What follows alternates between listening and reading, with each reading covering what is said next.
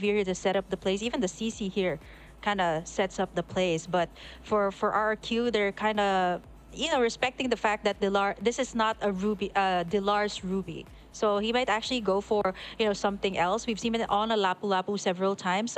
Benedetta as well, that can do the split pushes here for Burmese Ghouls. I talked a little bit about that earlier, that Dilar can also go for those kind of mobile heroes that can disrupt the jungle. So for RQ Hoshi, the last ban, I feel like they should center it around Dilar. Just the same thing as like Burmese Schools is centering around the jungle here for the last two bans. They take away the Lancelot and the Nolan that I mentioned that is really good when you kind of want to go for that great early game, which kind of leaves Irad here with either going for another utility because they already have the burst damage here, or they want to add up to more damage by picking up like a something crazy like a Fanny here. I mean, they already have Skylar here to pick up that either a carry here to shred up the tanky heroes, or maybe go for something like something that can go head to head with a Claude in the early. Could do that. They could again. I think they could even possibly just go a safe route. They already have so much damage available to them in the early game. If they really want to go in with scale and work around this, they might even opt. What if they go for, of course, like it's not banned out, the carry's available, Bruno's still there. Those are some picks that they could pick up and go with. Fairness being picked up on the other side, again, is something that you have to be conscious of, right? I was even thinking of possibly an Aurora popping up because we've seen that come through quite a bit. There's the Bruno. So Bruno is going to be locked in. That's the choice here for Skylar, which is great because Bruno's a great turret destroyer, right? Let him go ahead and farm up, do what he needs to do, and then the damage has to be respected later on. The Minotaur, last pick here for RQ Hoshi. So now we know exactly where things are falling into place, right? Of course, this provides them a lot of that sustainability still based off the heroes that they have and a lot of CC. So it's a good thing that Burmese Ghouls has that fairness, right? Because they're going to want to use that that Cult Altar to really help them survive a lot of this. Yeah, they're already anticipating that this is going to be an all-out brawl between them and RRQ. I mean, looking at the lineup here of RRQ, you got the Minotaur, the Guinevere. This is what's really good about the Guinevere too. I think this might actually be the Irad's hero, right? So as long as the Guinevere has someone to front for you, you can just keep on setting up and not worry about getting taken down. But for the side of Burmese Schools, they also lock up something really interesting themselves. And I think overall, like, you can expect to see like a lot of clashes here from the start and even up until mid-game. Again, we'll see as both these lineups are locked in and ready.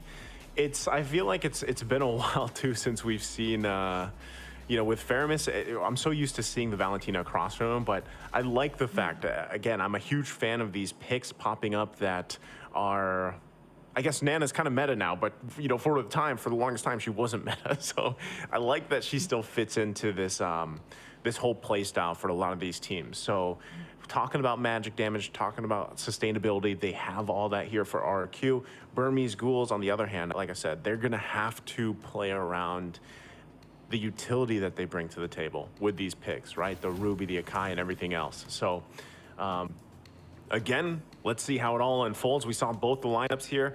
I'm going to go ahead and lean towards this lineup from RQ Hoshi. I think they should be able to pull it off, but we're going to be jumping here into the Land of Dawn here. Game number 1, down to the last 8 teams. We're kicking off here. RQ Hoshi, Burmese Ghouls in this best of 3. One of these teams will be sent out of the tournament here after the series.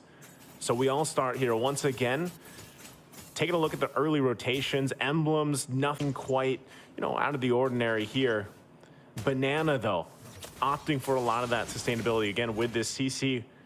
We'll see how this all works out. Burmese Ghouls, they have, they gotta play around the fact that they have, oh, hold on, already in the mid lane, though. Jump in, come through. Nico's gonna be just fine. Gives them a thumbs up as well. So for now, back and forth. We're gonna wait for that first big objective, of course, the turtle. I'm not sure if either of these teams have what they need to get an early first blood before the objective. I think it's better they play it safe again when we're talking about exactly what is at stake here, right? So for now, let's see once again how it goes. Banana and Dalar Banana should have a pretty good lane so far for the most part, until that level 4 is available. There you are, Kim. So yeah, nothing, you didn't miss too much. Oh yeah, definitely. It's a minute in, no first blood. Kind of expected to see this from, of course, RRQ and Burmese. They want to be a little bit more careful, kind of going in for a lot of these early game pokes first.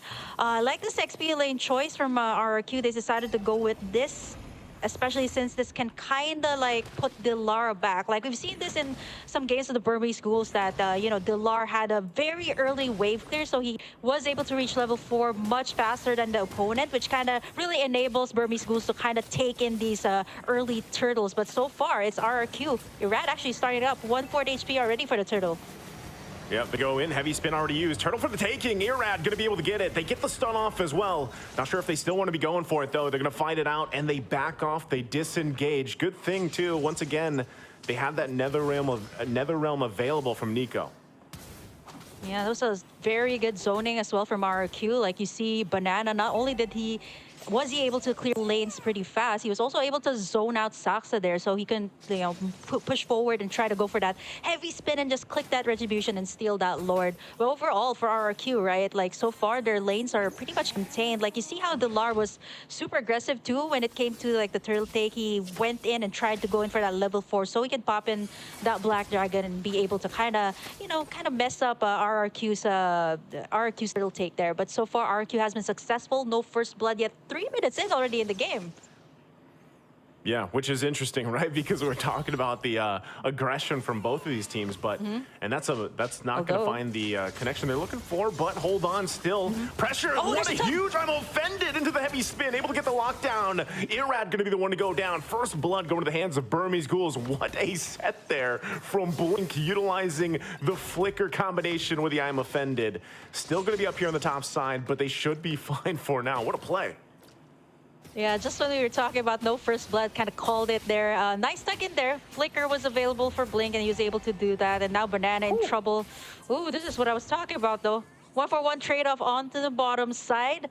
And you see kind of like the aggression of Dilar, right? Going right into the turret to make sure that he gets the pick off. But again, kind of nullified since it was like a 1-for-1 trade. Here on the middle side, though, Burmese Ghouls. Brusco setting things up, but not be able to get anything. Burmese Ghouls so far, they got that nice first blood. They got it in 2 pickoffs, but it's still RRQ Hoshi leading, all because of the turtle takes that they've been taking. And not to mention, look at Skylar there over on the top side, actually forcing Stitch to actually go to the XP lane instead. It's a good choice. I mean, a lot of these rotations happening here are very smart on both sides, you know, for the most part. An early game, not anything too crazy happening. You see Blink, if he continues to do that every time the flicker's available to him, is really going to pay off, right, for Burmese Ghouls. That's kind of what they have to do. But Brusco, even on the other side, well-timed Annoying Fury is going to help them out. And not only that, but they have the extra CC available to them with Irad's kit. Dragon Form going to come down, still be working for this turtle. Second one, Sox able to secure it, gets the lockdown now on Irad. He's kind of stuck between the wall. He'll get taken out by Dilar.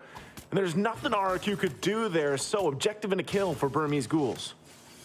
I like how Burmese Ghouls also kind of like knew that Brusco there did not have that flicker, so they were so confident in trying to take down this turtle to the point that RRQ was just like trying to find the proper setup there. We kind of see the attempts there from Irad trying to go in for the Violet Requiem and the spatial migration, but you know, it kind of backfired here onto RRQ. And now, so far, Burmese Ghouls, they've done a good job of equalizing things out. Brusco, though, goes in, jumps in, but look at that. Again, the sustainability is kind of the way, of course, NetherRealm works. It buys you a little more time, and they're going to be just fine.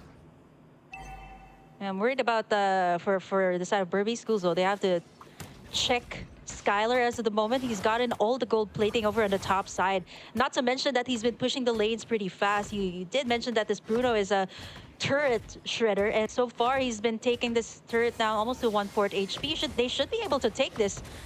Great map control here for RRQ. Great space that they've made, especially since they still need to take in the last turtle and possibly the next Lord coming into this game. But so far, gold lead. You don't see anyone leading as of the moment because everybody is it's kind of a little bit careful when it comes to all these engages, right? Like once you engage, you don't have that right follow-up. It might actually just be a double-edged sword for your team.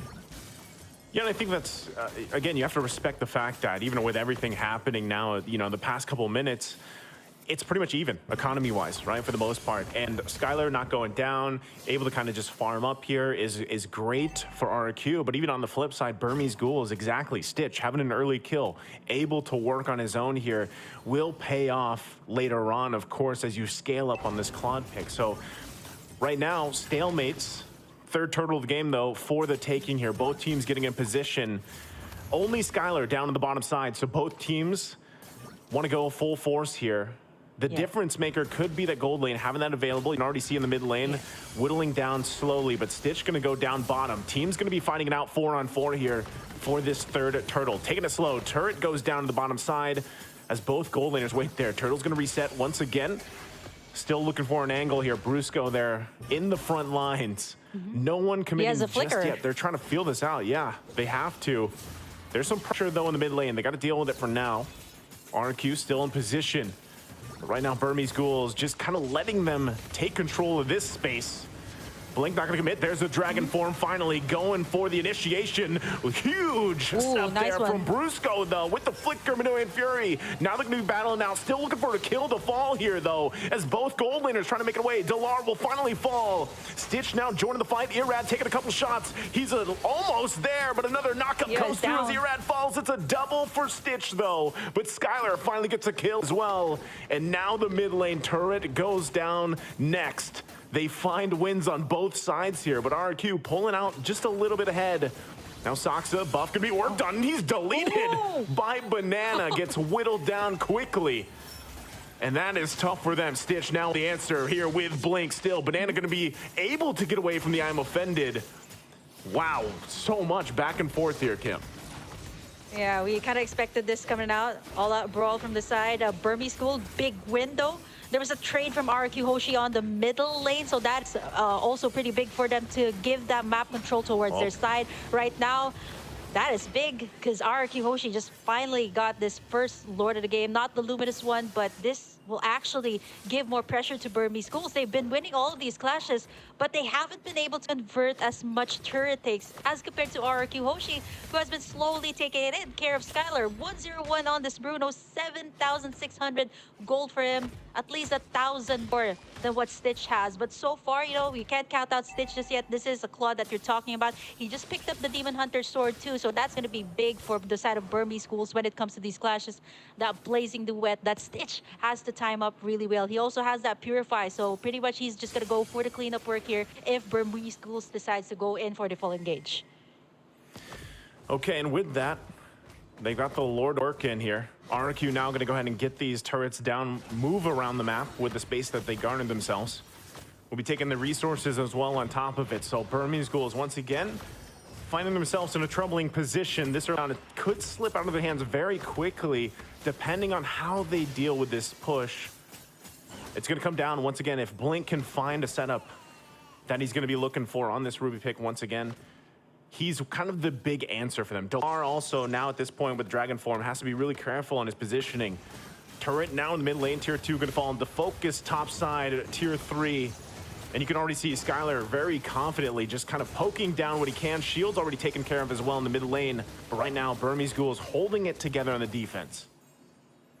For Burmese Ghouls and RQ, what they both have in common right now is the timing of the ultimates. The Netherrealm here, the Blazing Duet. Even for the side of RQ, the timing here of Brusco's setup. He does have the flicker here. They want to go for the pressure here on the mid side. There's the tug in by Blink. Able to get the pull here, but he's still going to be able to stay alive through it all. Netherrealm comes down too. Dragon Form there to cut him off a little bit. Delar, though, takes quite a few shots. No one goes down in the exchange. Big item picks up as well. The Flask of the Oasis now for Brusco. Sustainability going to be there, and they're getting another turret as well. The jump in from Irad finds the Requiem. Now Banana also unleashing. Stitch able to get the kill, but it's Nico that falls. 2 down for Burmese Ghouls and RRQ. Looking to end game number 1 here, working on the crystal. Can Burmese Ghouls clear the waves, keep it together? They find a little bit of room to work with. Blink's the one to fall, but Skylar has so much damage on this Bruno, and that looks like it's going to be it as RRQ takes game number 1. Wow, just when we thought that it could have been at least like a more more than 15 minutes game. That was actually a pretty fast game there from RRQ. Both sides are actually, they actually calculated all of their clashes pretty well, right?